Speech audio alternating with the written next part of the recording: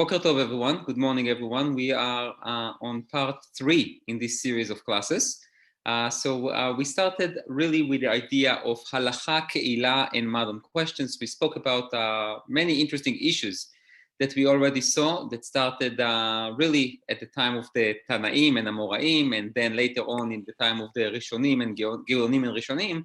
And the last thing we saw last time was the idea that took place in France, in Spain, with the Bala Akedah, with trying to figure out a way to control the Jewish men, the single ones, and to institute prostitution homes in different communities and allocate budget for it. And we saw the idea of Rabbi Yitzchak Harama Bala Akedah, who was obviously opposing it. And we saw a tshuva from the Rambam in the 12th century that, no, nish gefährlich. There is a way to do it, there is this, there is that, and that's what we did last week. Today, we are going to deal with another very interesting issue that really the Gemara is already dealing with, and we will obviously explore it together. So let's go to the source sheet, and it says the following. I took the video off. Sure that everyone is muted.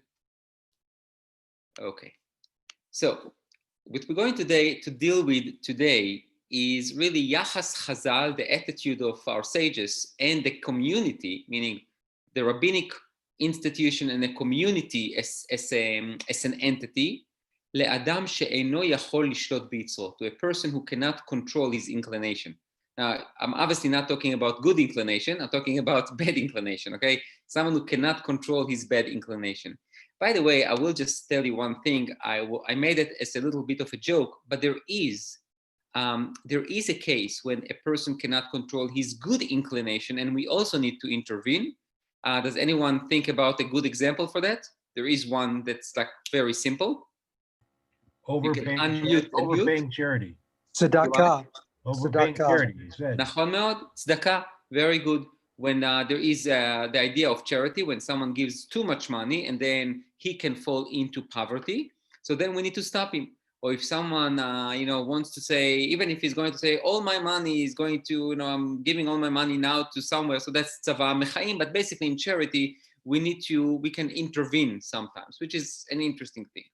Okay, so let's go and see what the Gemara has to say. I think we'll be pretty surprised. So the Gemara says, in Kiddushin Daf Mem Amud Aleph, Amar Rabbi Ilai Hazaken, Im ro'eh adam sheyitzro mitgaber alav. If someone sees that his inclination basically is too overwhelming, he can't control it, he can't subside it, he can't control it, he can't channel it, what can he do? Yelech lemakom she'ein makirim oto. He will go to a place that he's not being recognized. Ve'ilbash shchorim, and he should be dressed with black. Ve'itkaseh shchorim, and he will cover himself with black. Ve'ya'aseh kmo shelibo chafetz, and he can do whatever his heart desires. Ve'al yechalel shem shamayim befarhesia, and he should not violate or desecrate Hashem's name in public. So what do we have? Rabbi Eli says basically like that. If someone comes to the rabbi, okay, and says, Rabbi, I can't control myself, I need to do something that it's inappropriate. So I don't know if the rabbi should tell him that, or maybe he should just show him the Gemara in Kiddushin and Daf Mem and says to him, look, dressed up with black, cover yourself with black, go to a place that you are not being recognized, and do whatever you want. Just don't do it in public, so people will say it's maybe mutar, or people will start demeaning other things. So that's what you basically say to a person. Now that's obviously very surprising. You would think that a person like that will come to the rabbi, and the rabbi will tell him, you know what, let's learn together Mesilat Yesharim, let's learn Shari Tshuva, let's do something together. No, the rabbi should give him a pass, and and he does whatever he does wherever he is, and then he comes back. Now that's an interesting statement. So the Gemara is definitely not happy with that. And the Gemara says, Eini? How can you say such a thing? Vehatanya, and there is a braita that says, Kol shelo chas al kvod kono, ra'ui lo shelo ba la'olam. If someone does not have mercy on the honor, on Hashem's honor, it's better for him not to be born. V'mahi, what does it mean? Rabba, third generation Amora, says, Ze hamistakel bekeshet. Rav Yosef, who was his bar plukta, who was his debater, Omer, Ze ha'over avera beseter. So obviously we have a contradiction, at least according to Rav Yosef. Rav Yosef says what? That if someone makes avera beseter, it's what? It's ra'ui lo shelo yavo la'olam. It's better for him that he was not born. So how can you say that if someone wants to commit a sin, he can do whatever he wants? Just it needs to be baseter. But even baseter, it's still avera, which means the tension in this paragraph in the Gemara is that it seems to be the first idea is, oh, you can do whatever you want, just not to do it in public. But what does it mean you can do whatever you want when you don't do it in public? We have Rav Yosef, and also, by the way, it makes sense. What does it mean? Like, the only concern I have is that what people would say. Obviously, we need to have more than that. So the Gemara says, Lo kasha, ha de matzikaif leitzre, ha de lo matzikaif leitzre. So in a case that he can still control his inclination, obviously, and if he's doing that in private, so it's still a problem. But if he cannot control his inclination, so then he can go somewhere else that is not being recognized, should be dressed with black, will cover himself with black, and then he can do whatever he wants. So now, Rashi says, ילבש חורים, שלא יראה עצמו בכבודו, אולי ירח לבבו בכך. So, according to Rashi, Rashi says what? Why should he dress with black? Because it's very undignified clothing, and it's somewhat of humiliation in dressing in black, and maybe his heart will soften, and then he will change his mind. So according to the first part in Rashi, basically what I'm telling this guy who comes to me and say, Rabbi, I would like to commit a sin, before I tell him, okay, you have a pass, you can do whatever you want, I try to what? To give him a suggestion that will help him to avoid this issue. Because if he will dress with black, will cover himself with black, he will do things that will create some kind of a break between his desire and the action itself. So I create some kind of a break. It's like, in 101 psychology, you tell us a person that has anger issues, before you get angry, count until 10. Okay? So the same thing here. This Jew comes to me and says to me, I would like to commit a sin. I tell him, count until 10. And while you're counting, dress in black, cover with black, and then see what's going on. However, says Rashi, Vegam im yechta. But also, even if he will commit the sin, which means my suggestion to him did not work. He put himself in black clothing, and he covered himself with black, and he went somewhere else, and he still has this desire. Ein Adam noten lev. No one will pay attention to him committing those sins. Why? Lefi she'eino chashuv beinehem, lachen ilbash chorim. This is an amazing thing that Rashi says. Rashi says, and I want you to understand also that I cannot not take into consideration Rashi's environment, atmosphere, background, history. We're talking about the beginning of the Crusades. You're talking about tremendous pressure from the church.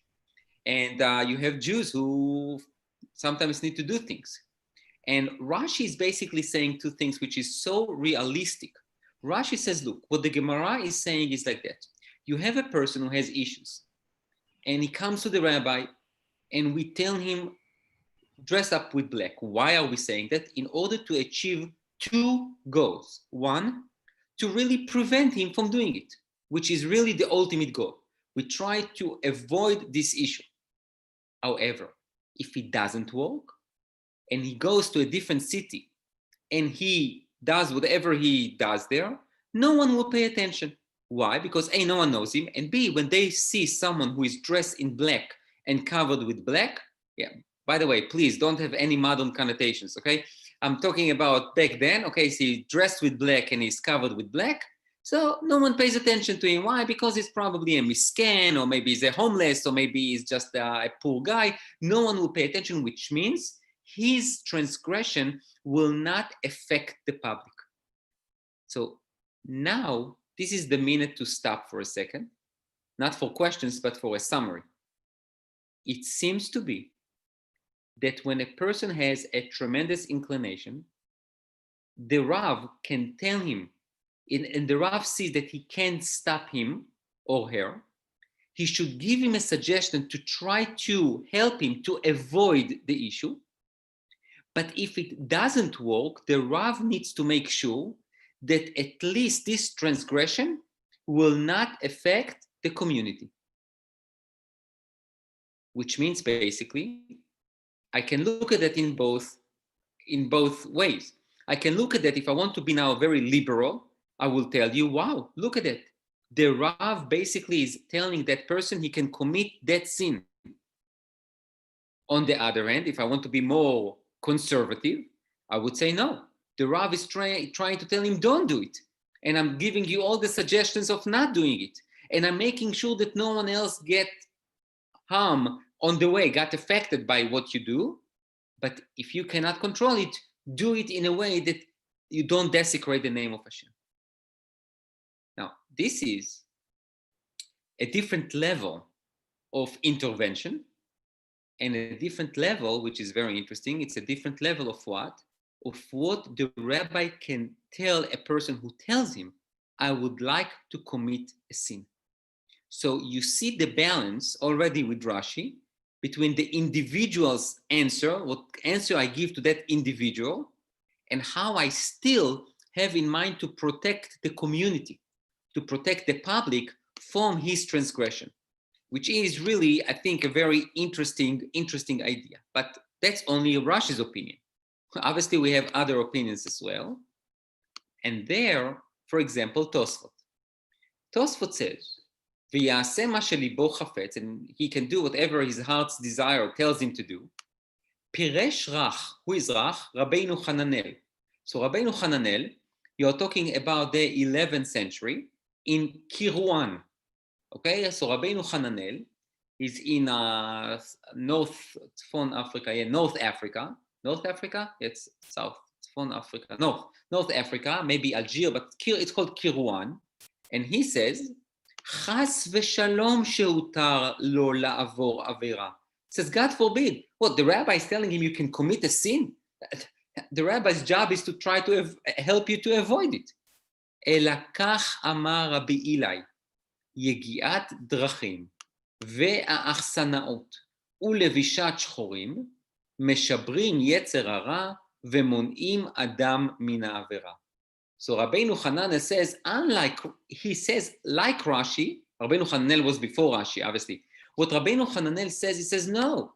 Rabbi Eli never told the rabbi that he can tell this guy, oh, sure, no, you can do it, just do it in private. No.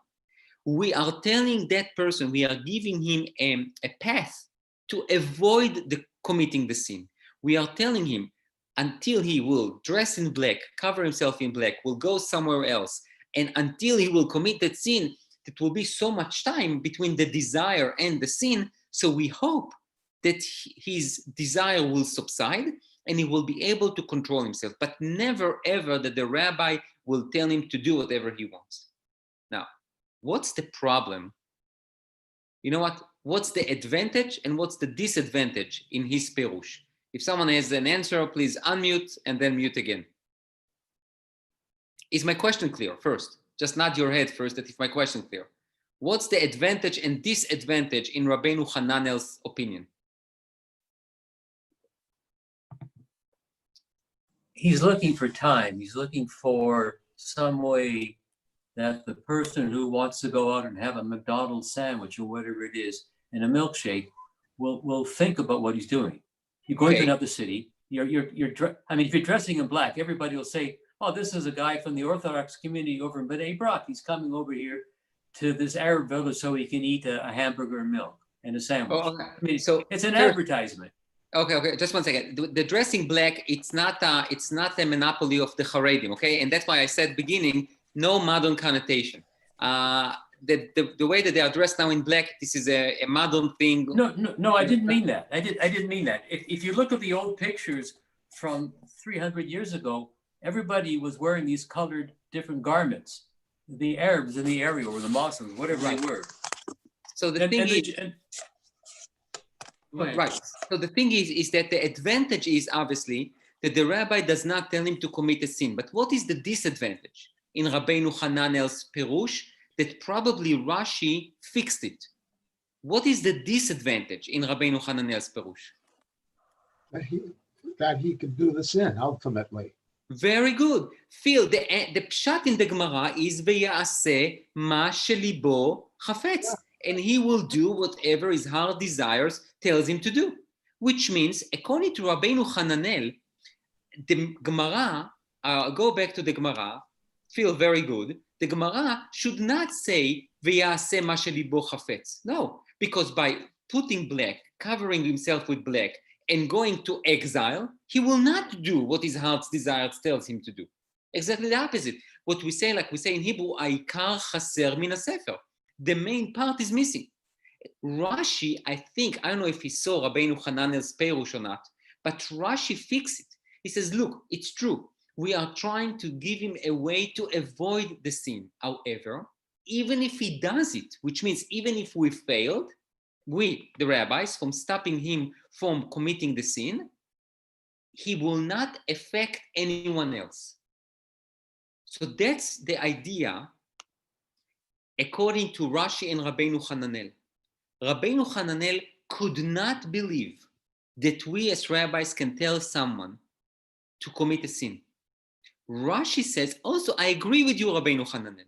I agree that we will try to do whatever we can, but you know what? Sometimes someone's desire is stronger than the rabbi's speech. Surprise, surprise, okay? When a person wants to do something, the rabbi can talk from now until tomorrow about the parsha, and he doesn't care. He wants to do his sin. So what we need to take care of as rabbis is that he's going to commit the sin. We can sometimes even a rabbi needs to know he can't control it. He can't stop it.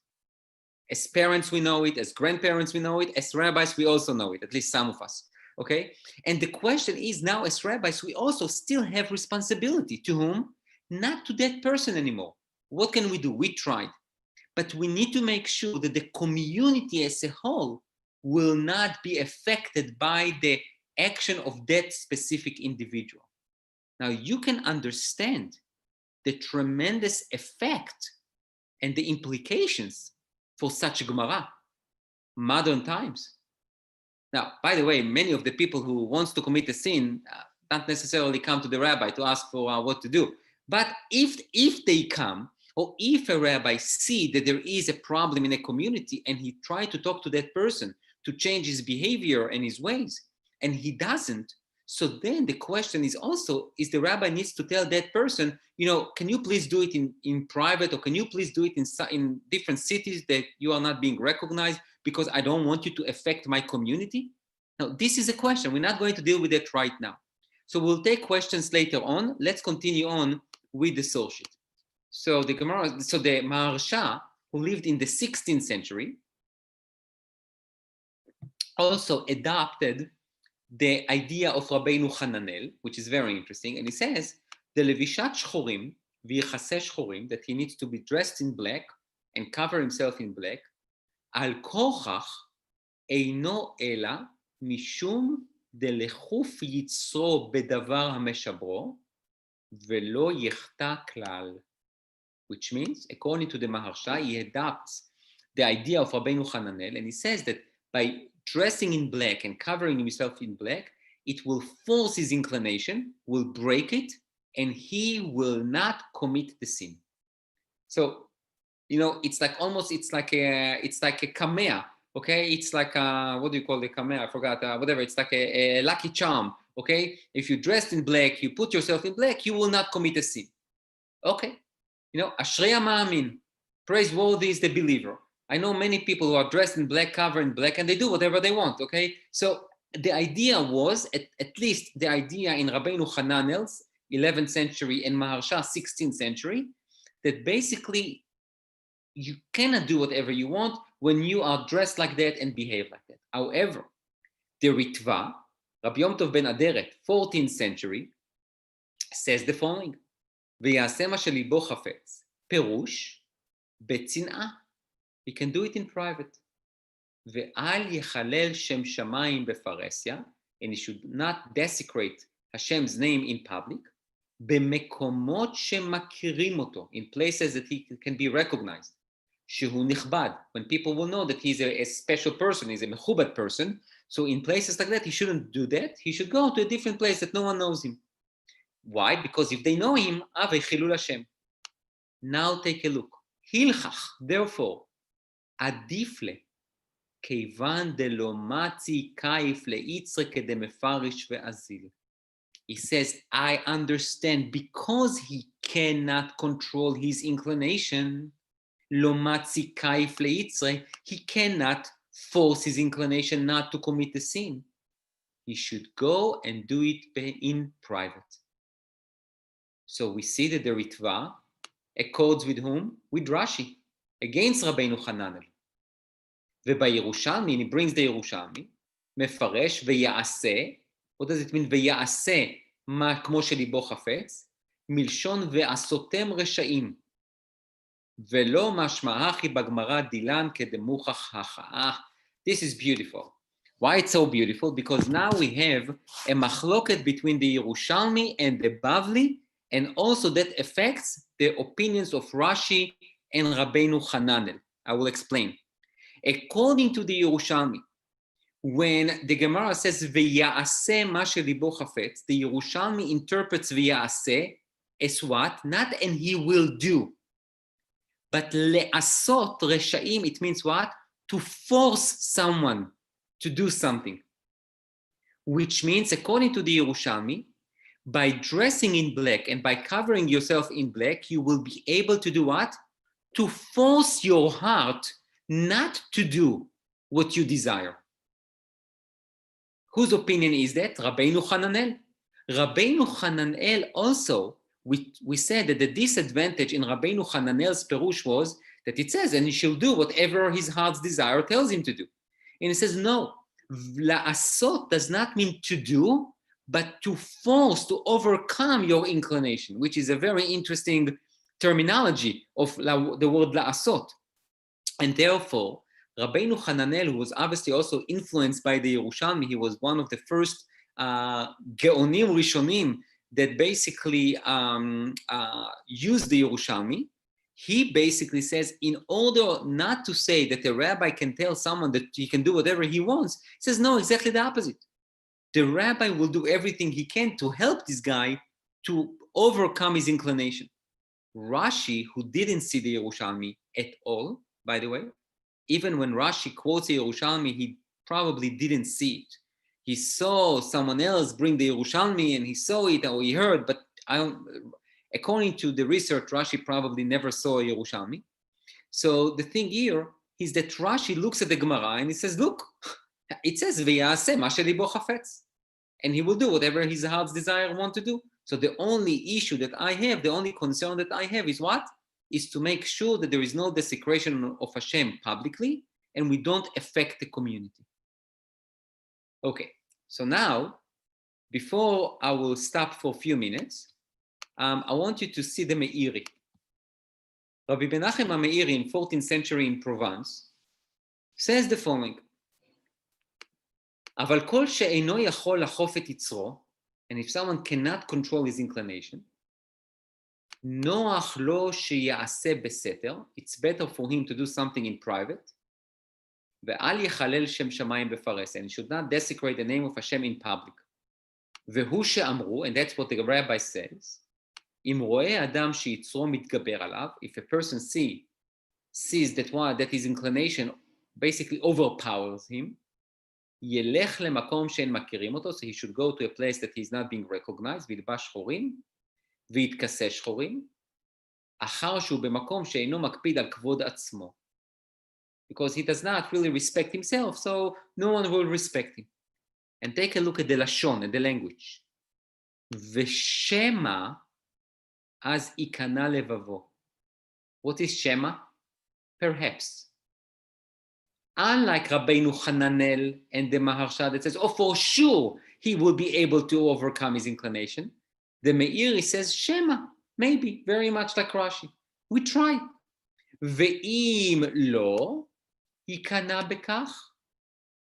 And then if he cannot force his inclination to subside and not to commit the sin, ya'aseh ma shelibo chafetz. Now, what does it mean, ma shelibo chafetz?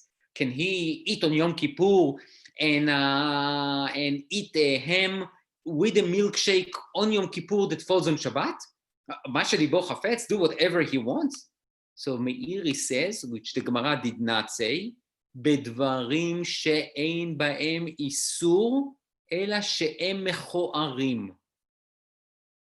He says the pass that we give to someone to do whatever he wants, it's not to do whatever he wants to violate the Torah, but only dvarim mechoarim, things that are ugly. Now, what does it mean, things that are ugly? We should discuss, obviously. ואחר שאינו מקפיד על כבוד עצמו, because he does not respect himself, ויחליט עצמו לדברים המותרים, אין יצרו מתגבר לאיסורים, so because we allow him to do things that are not, that they are ugly, he will do that and he will come down and it will not lead him to violate prohibitions.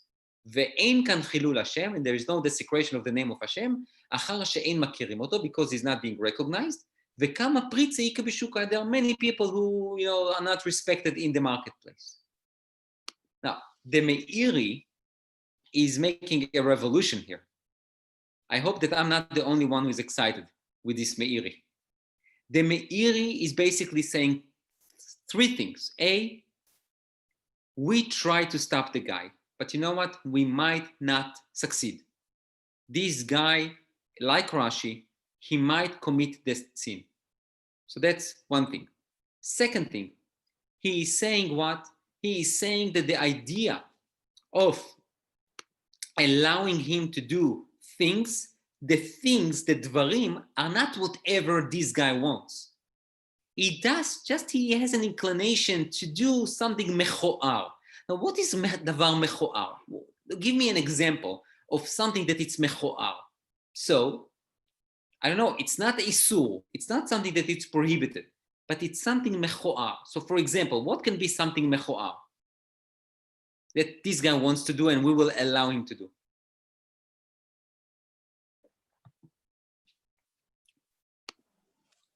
You started out talking about going to visit prostitutes in Las Vegas. Is that what we're talking about? Sexual problems? No, that's unfortunately it's a good example. Not unfortunately because you said it. It's unfortunately it's a good example of davar mechoar.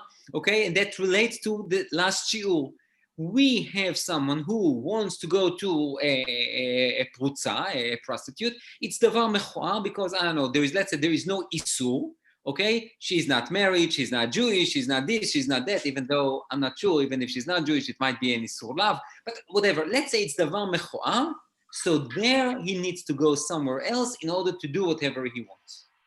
So, Rabbi, are you talking about people that are clinically sick and can't control themselves? No. Or you're talking about people who decide, it's Thursday, I've had a hard week, I need to do something unusual. Either I'm going to get drunk or I'm going to fly to Las Vegas and nobody will know I'm there. Second option, exactly. Second option. We're not talking about sick people. Sick people, that's a different thing. We have different laws for them. Yes, Phil.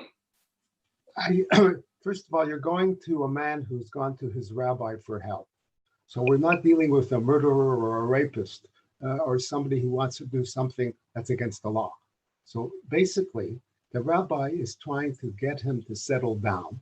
And I think there should not be a machloikus about the color of his clothing. We take that, I would think, as meaning dress casually and don't make yourself known. But if you want to go to see a burlesque show, wish you wouldn't go, but don't show off. It's not, there's a different degree of exposure there, if I can use one. Very good. So dvarim mechoarim can be not exactly what I would say inappropriate things, but you know what I would say a behavior that in our community is not exactly accepted. So you go somewhere else when you are not being recognized and you affect nobody besides yourself. But look what the Meiri does, and this is where the Meiri gets it exactly. It's not sure. I can understand where he's coming from, because the Gemara says he can do whatever he wants. What does it mean he can do whatever he wants? But the rabbi can tell someone, okay, you can eat on Yom Kippur just because you want it? Obviously not. So we understand where the Meiri comes from. But the Meiri is also giving us a psychological analysis by allowing this guy to loosen up a bit. And in a way that it doesn't affect anyone else, it will allow that person to what? Not to violate real prohibitions, which now I'm talking educationally. This is an educational revolution, because we know that mitzvah goreret mitzvah, ve'avera goreret avera, and if you will do one bad thing, you will do a different thing, and it will lead you to do even terrible things, and all of that. The Meiri says, and Phil, I think that's a good suggestion, what you suggested. And Harold, that's why I'm saying we're not talking about a person who is sick or something like that. It's a person that had a hard week. Or you know what, it was just too much in yeshiva, okay? Or it was just too much. And he wants to go to a bar and to just drink his night all day long, to drink and to get drunk and then to go to sleep. He doesn't want to harm anyone, God forbid. But if he will do it in Yerushalayim and someone will see him, they will say, Mr. X becomes drunk and he terrible, whatever. But if he goes to Vegas and whatever happens in Vegas stays in Vegas, okay, or in the bar. So back then, you do it whatever you want to do there, and then you come home and you are recharged. Now, as an educator, you look at this Meiri and you ask yourself, is he naive or is he a revolutionary in terms of education?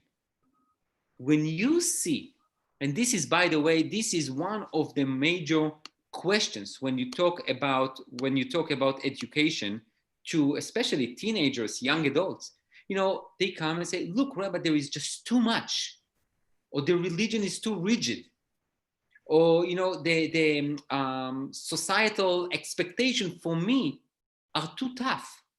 And I just want to have a Shabbat off. I'm not going to violate Shabbat. I just want to be at the beach. I'm going to have a tent, and I just want to be there. I don't want to go to a minyan. I don't want to daven. I just want to stay there. I'm not going to violate Shabbat. Not anything prohibition. I just want to clean my head.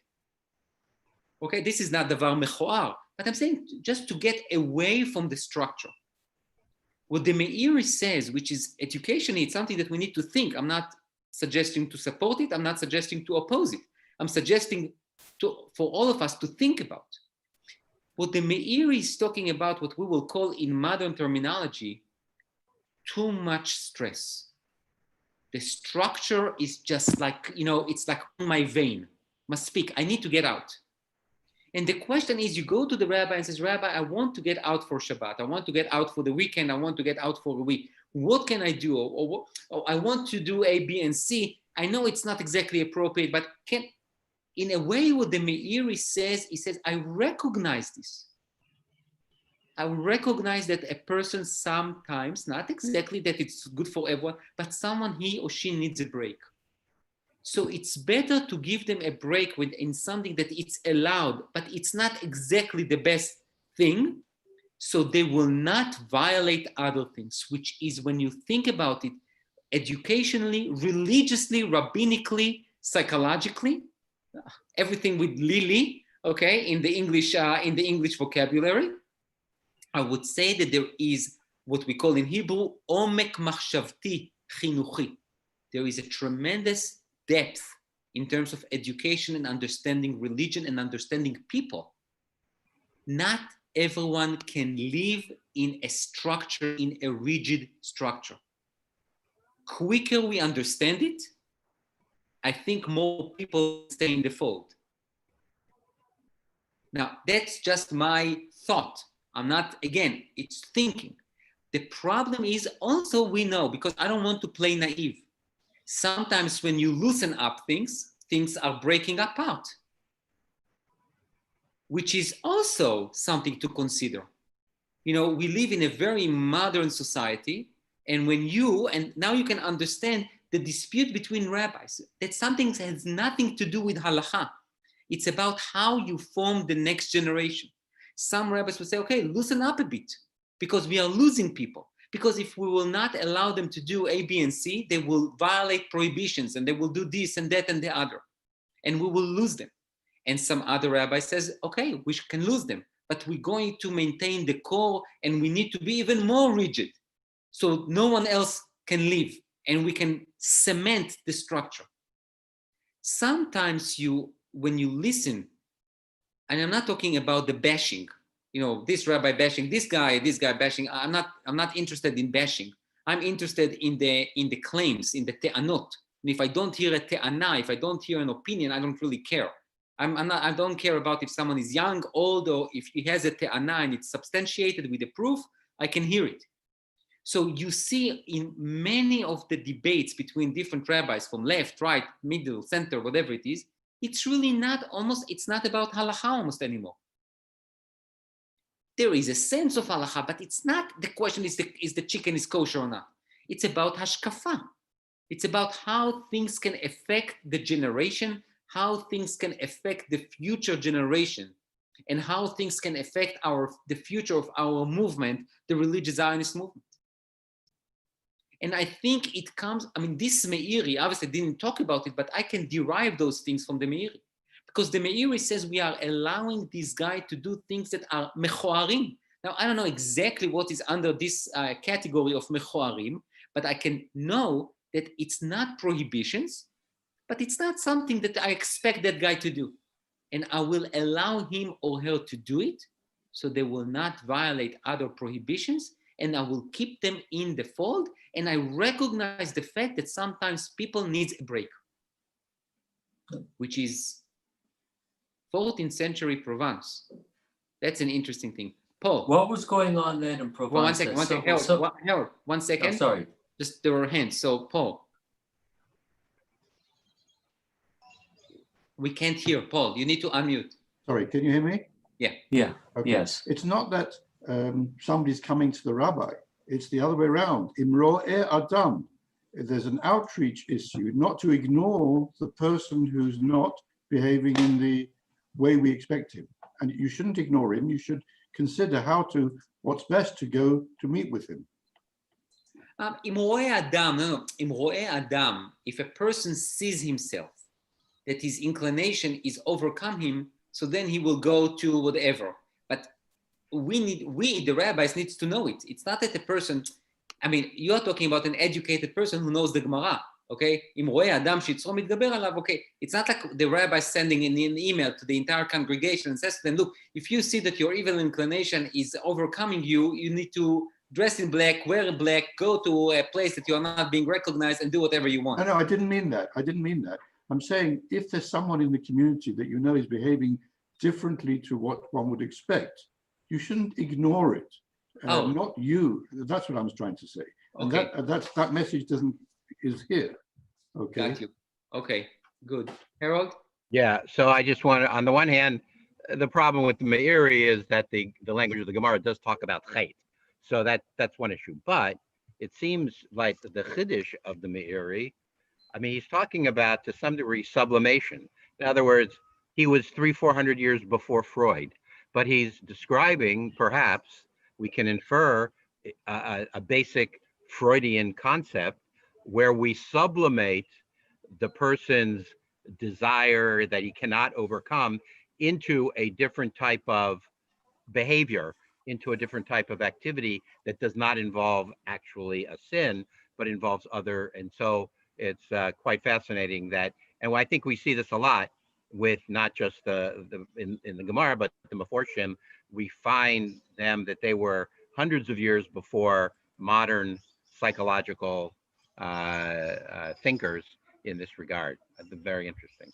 Thank you. Very good. Yes, Elvin. Unmute, Elvin. I can't hear you. Elvin, can't hear you. Now? Yes. How do we define, and you alluded to it, but how do we define where what is allowed, what isn't allowed? In other words, let's say I say, I 51 weeks, I kept Shabbos. This Shabbos, I want to go to watch the Super Bowl game down in, at what point in time do you differentiate between one and the other? So the Meiri says no prohibitions. everything that is a prohibition you cannot do. I mean, what do you mean you cannot do? You can do whatever you want. But as a rabbi, I'm telling you, you can do mashalibo chafetz only dvarim mechoarim, says the Meiri. Things that are not exactly appropriate, but they are not prohibited. So, Super Bowl, no. No. So No. how do you define it? In other words, you as a rabbi may define it one way, and let's say somebody else, not a rabbi, will define it a different way. No, so we are talking about halacha. This person, according to the Meiri, does not want to violate halacha. And what we are trying to do is to keep him in the fold so he will not violate halacha. The only thing we are allowing him to do is, go to another different place and to do something that it's not against the halacha. It's just not appropriate. Okay, it's now I don't want to now bring too many examples because I think people will start taking it and implement it in their lives, right? But so that's not my purpose.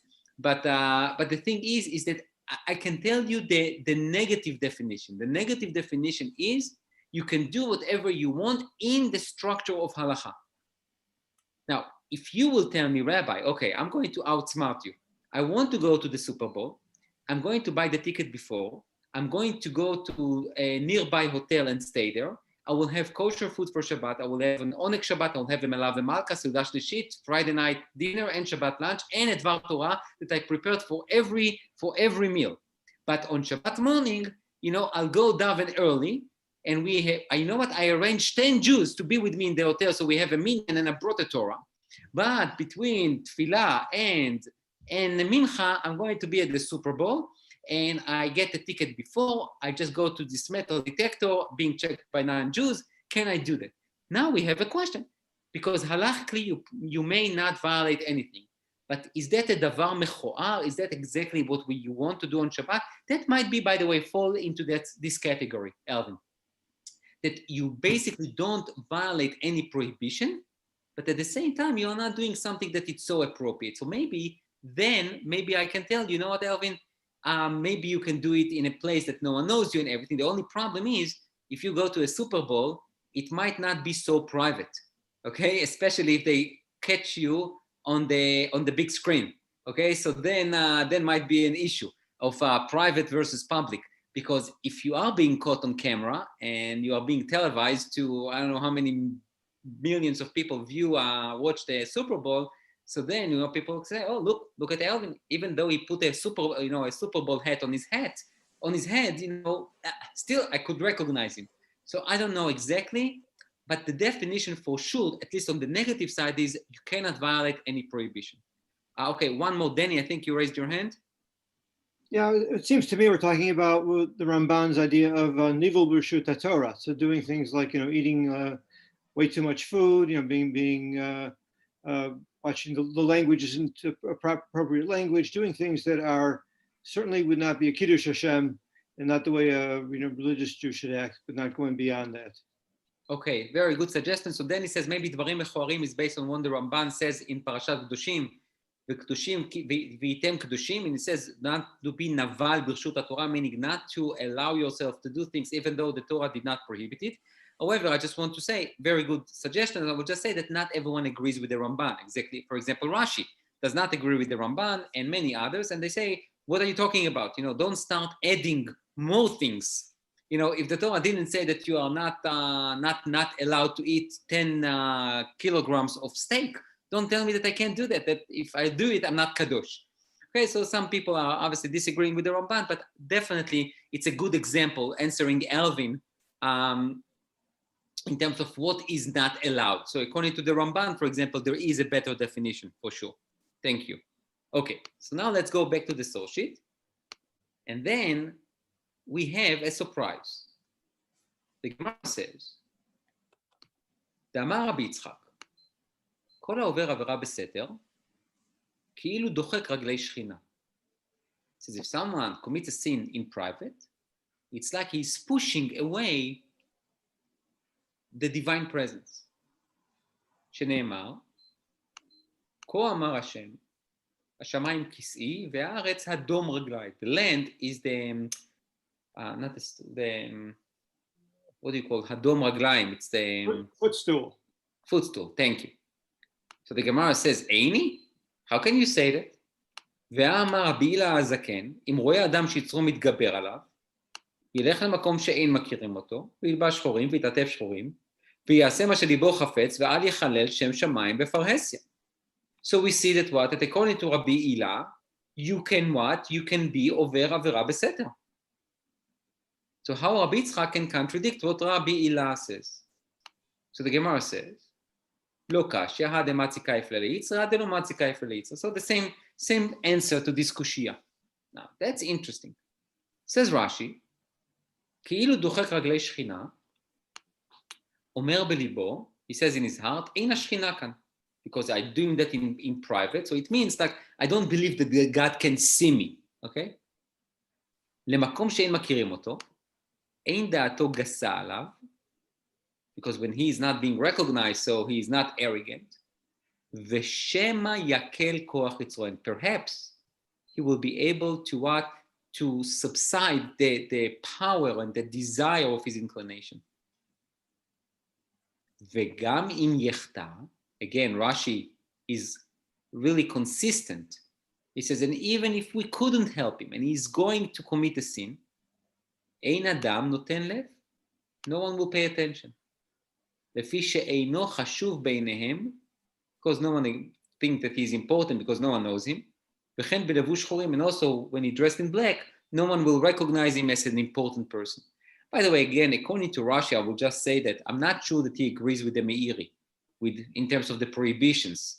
You know, it seems to be the pshat is that he can do whatever he wants, but I don't know exactly how to reconcile. דמצי קייף ליצרא ובוטח על שהוא נחבא בסתר כאילו דוחק הרגליים. Meaning, if he can control his desire, but he decides to do it in private, it's like he's saying, oh, God, it cannot see me. היכי דלא מצי קייף ליצרא, and where he cannot control his desire, טוב לו בצנעה מפרהסיה. It's better that he will do it in private rather than in public. So that's what Rashi says. Come Tosfot and says the following. ויעשה מה שליבו חפץ. לגמרי משמע. What does it mean לגמרי? Completely. He can do whatever he wants. Now, that's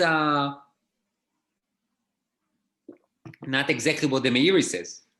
You know, the Meiri says in the 14th century in Provence, מה שליבו חפץ בדברים שאין בהם איסור. Tosfot seems to be, says, do whatever you want. ולא כפירוש רך, and not like what I quoted רבינו חננאל, בשילי פרק כמה דקידושין, ופירש שחס ושלום שהיה מתיר לעשות עבירה. רבינו חננאל says, רבי הילה, it never crossed in his mind that he will allow a person to commit a sin. אלא דכאמר, ילבש שחורים וילך למקום אחר, ללבישת שחורים ואכסנאות משברין ליבו ולא יבוא לידי עבירה. ויכול לעשות מעכשיו מה שליבו חפץ, דוודאי אין יצרו מתגבר עליו. So he brings the opinion of רבינו חננאל, but then he says, וסוגיה דשמעתה, and our סוגיה, אינו משמע כדבריו הכה. ובריש פטרא דמועד קטן. So Tosfot says what? Tosfot says, look, I don't know what to say, says Tosfot. We have two sugiyot that basically contradict each other. On one hand, I can understand that, you know, if someone does avira beseter, we know that you cannot do avira beseter. Because you are duchek raglei shechina, you show that there is no providence. Because God doesn't see you. But on the other hand, we send someone to commit a sin in private if he cannot control his desire. Now, I will tell you something that I thought about it, which I was a little surprised that Tosfot didn't say it, so maybe it's not true, or maybe I have holes in my theory as well. I think that there are two subject matters here that we need to pay attention to. When I tell someone that he or she can go and commit a sin in private, what do I mean by that? I don't mean to say that God will not see you. Obviously, God sees you everywhere. Private, public, that's not the issue. My issue is what? Is to protect others from your bad behavior. you already going to have your, meaning the issue for me, the way I see it, is not ben adam lamakom, it's ben adam lechavero, which now I have responsibility, meaning I try to help this guy not to violate ben adam lamakom. I can't stop it. I told him to dress in black, to cover in black, to go into exile. Hopefully he will be able to overcome the evil inclination. I failed. As a rabbi, I failed. He's going to do whatever he wants to do.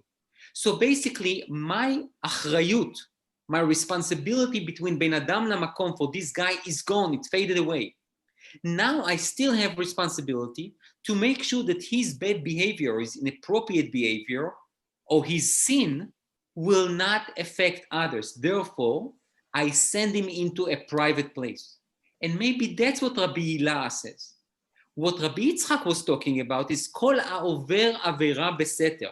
He's not talking about someone who, cannot control his inclination. He can still control his inclination. He goes to a private place. Why? Because he thinks that what? God doesn't see me. So that's ben adam lamakom.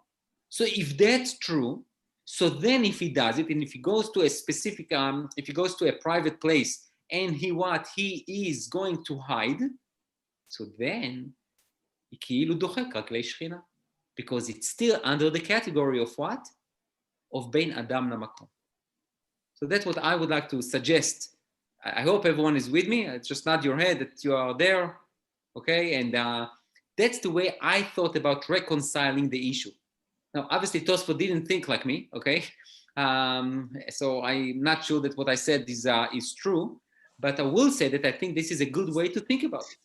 Meaning, as a rabbi, I have a responsibility. When you come to me with a question and say, Rabbi, I have too much of a desire to do something that it's not so much appropriate.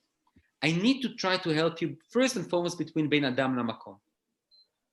Okay, I need to help you as a person, but after that, I need to help you not to violate something ben adam lamakom. If I failed, I still have a responsibility ben adam lechavero to make sure that your inappropriate behavior does not have side effects to people that are maybe on the border or maybe on the fence or maybe are looking and they'll say, if Mr. X is doing it, yeah, it's probably mutar and it's probably appropriate and it's probably everything is good. I need to protect the community that, this idea of protecting the community is not a foreign thing to halacha. We are getting closer to Hanukkah. And one of the things that we find in Hanukkah, like what we find in other places, is also the mar'it ayin. What is mar'it ayin? At least according to some of the explanations, is that you need to make sure that people are not suspicious that you don't do what you're supposed to do. Right? That's why you need to have Chanukiah in every place that you should have Chanukiah. So people don't say, this guy does not light Hanukkah candles. So we have the idea of how your actions are being perceived by others. And therefore, I can't tell you, I'm going to do something in private. Yes, you can do something in private, but then if you can control your inclination, it's really ben adam lamakom, and then you are dochek raglei shechina. So if I look here, I will just finish up with Rashi, and we will keep this one for next time, Bezrat Hashem, which is an interesting subject by itself. But Rashi says, Ma shelibo chafetz, avera. He's not talking, by the way, and that Elvin goes back to what you said. Unlike the Meiri, Rashi says he can commit a sin. Ve'oil ve'in makirim oto sham, and because no one recognizes him there, leika chilul Hashem. There is no chilul Hashem. Ve'amar lan Rabbi mishum Rav Hai Gaon. That's interesting. Who is Rashi's Rabbi?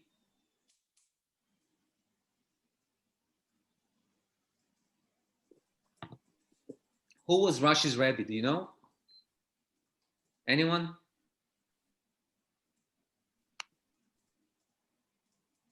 No one? Rabbi Yaakov Bar Yakar was one of them, and Rabbi Moshe Hadarshan was one of them. His father was maybe one of them. And some people say that Rabbeinu Gershom was also, he learned by Rabbeinu Gershom. Now, somehow Rashi testified that he has some kind of a tradition from the Geonim in name of Rav Hai Gaon. Now, Rav Hai Gaon, and this is why we need to know a little bit the history. Rav Hai Gaon passed away when? Just Google it, okay? 1038. He passed away in 1038. He was probably the last Gaon. He was the son of Rav Shrira Gaon. Rav Shrira was a Gaon for 60 years. And he appointed his son to be the next Gaon, the next Rosh Yeshiva after him. And Rav Hai Gaon was, I think for 40 years, he was a Gaon, passed away in 1038. So the first third of the 11th century. Now, Rashi is almost a century later, and he has this tradition from Rav Hai Gaon of what? And the tradition is, ויעשה מה שליבו חפץ, רוצה לומר, בוודאי כיוון שלבוש שחורים, אני ערב בדבר. I can guarantee you, בדבר שאינו חפץ מכאן ואילך בעבירה. That's an interesting thing. Rav Hai Gaon says that by dressing in black, he will guarantee that this guy will not commit a sin. Now, this is an interesting thing. Now I want to show you something. I don't know if that's the history of human nature, but Rav Hai Gaon 1038 says what? I can guarantee if this guy dressed in black, covered in black, go to exile, he will not commit a sin. Rabbeinu Hananel a few years later says, I'm telling you, he will not. He's not, cannot guarantee it, but it says he not. Rashi says, nice try. Perhaps he will not do it, but you know what? There are many chances he will, and we will allow it to him. Comes Rabbi Menachem HaMeiri in the 14th century in Provence and says, you know what? He will, but we will just tell him not to do prohibitions, only things that are inappropriate. So you see how things transpired and how things transformed from one generation to another. But really, in conclusion, what I wanted to talk to you about, because we are really talking about Kehila, Halacha, and Moderna, you see how the rabbis were very much aware of the needs of the individual. This individual wants to do something that it's inappropriate, that it's outside of what we will allow, or if it's really against the Torah law or rabbinic law, and we are going to address it. We're not going to ignore it. Meaning there is a responsibility for the individual. And then if we can't help the individual from helping himself, and we understand that he's not going to change his behavior, and we are telling him to do it somewhere else, we basically show our responsibility to the community. Meaning, how things that are being done by an individual can affect the public, which is, by the way, a very, very important topic to us. You know, we have different individuals with different behaviors, with different practices. And when you have someone with a specific behavior or practice, and he or she does it in their communities, you know, what is the responsibility of the rabbi to tell this person, you know, I'm not going to condemn what you do or not condemn, or I'm suggesting to you to not to do or to do, but I'm asking you, please don't do it in public. Okay? Don't do it in public, because, you know, it's going to affect the society or the community or the congregation, whatever, in the wrong way according to my vision. So this is a very, very delicate and sensitive issue, because with all due respect, you know, how do you know exactly how it's going to affect things? And you know, it can vary from, you know, dress code to the way you daven, to, you know, all sorts of things. So many different things, little minute things, to something that it's, and by the way, I can talk about things that people do that are really not a violation of halacha. Leave alone things that are tricky in halacha or that they are under debate. So obviously we have serious issues to discuss, and Bezrat Hashem next time I will discuss a terrible situation for a rabbi. You think that the rabbis don't need to deal with difficult situations? When I call it the lose-lose situation, which means whatever the rabbi is going to say, it's not good. I guess you probably can say, Rabbi, whatever you're going to say, it's not good. But the thing is that in halacha, when it comes to halacha, and the rabbi needs to make a decision between two bad options, that's what we're going to discuss Bezrat Hashem next time. I'm not sure exactly when is next time. Maybe I think 2 weeks from now, 3 weeks from now. But I'll see you there, Bezrat Hashem. I also posted on the chat at the beginning of the shiur the link for because some of you asked the question for the Midrash shiur tonight at 8 p.m. We're going to discuss Dinah's rape or not rape in Shechem. That's what we're going to do tonight at 8 p.m. You got the link on the chat if someone wants to have it. I think it's still on the chat. And I will wish all of you Shabbat Shalom and stay healthy and safe. Bezrat Hashem.